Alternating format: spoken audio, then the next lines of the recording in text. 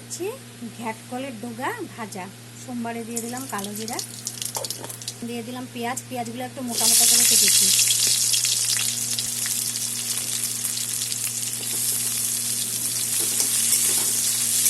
পেঁয়াজ দিয়ে ঘ্যাটকলের ভাজা, ডোগা ভাজা ঘ্যাটকলের ভাজা হয়ে গেছে। এখন আমি ঘ্যাটকলের ডোগাগুলো অল্প গরম জলে ভাপিয়ে নিয়েছি আগের থেকে, ওটা এখন দিয়ে দিলাম।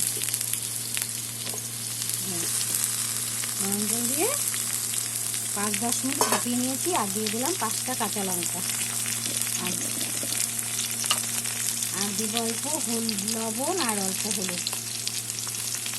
দিয়ে দিলাম অল্প লবণ,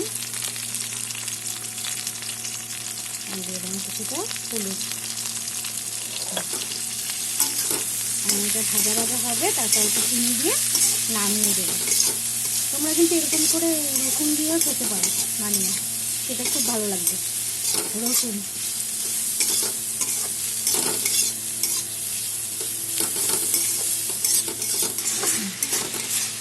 আমার ঘ্যাটকলের ডোগা ভাজা হয়ে গেছে।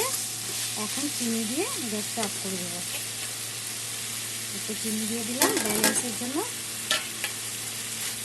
তোমরা এরকম করে বানিয়ে খেয়ে বলবো কেমন হয়েছে। লাইক করবে, কমেন্ট করবে, শেয়ার করবে। Thank you.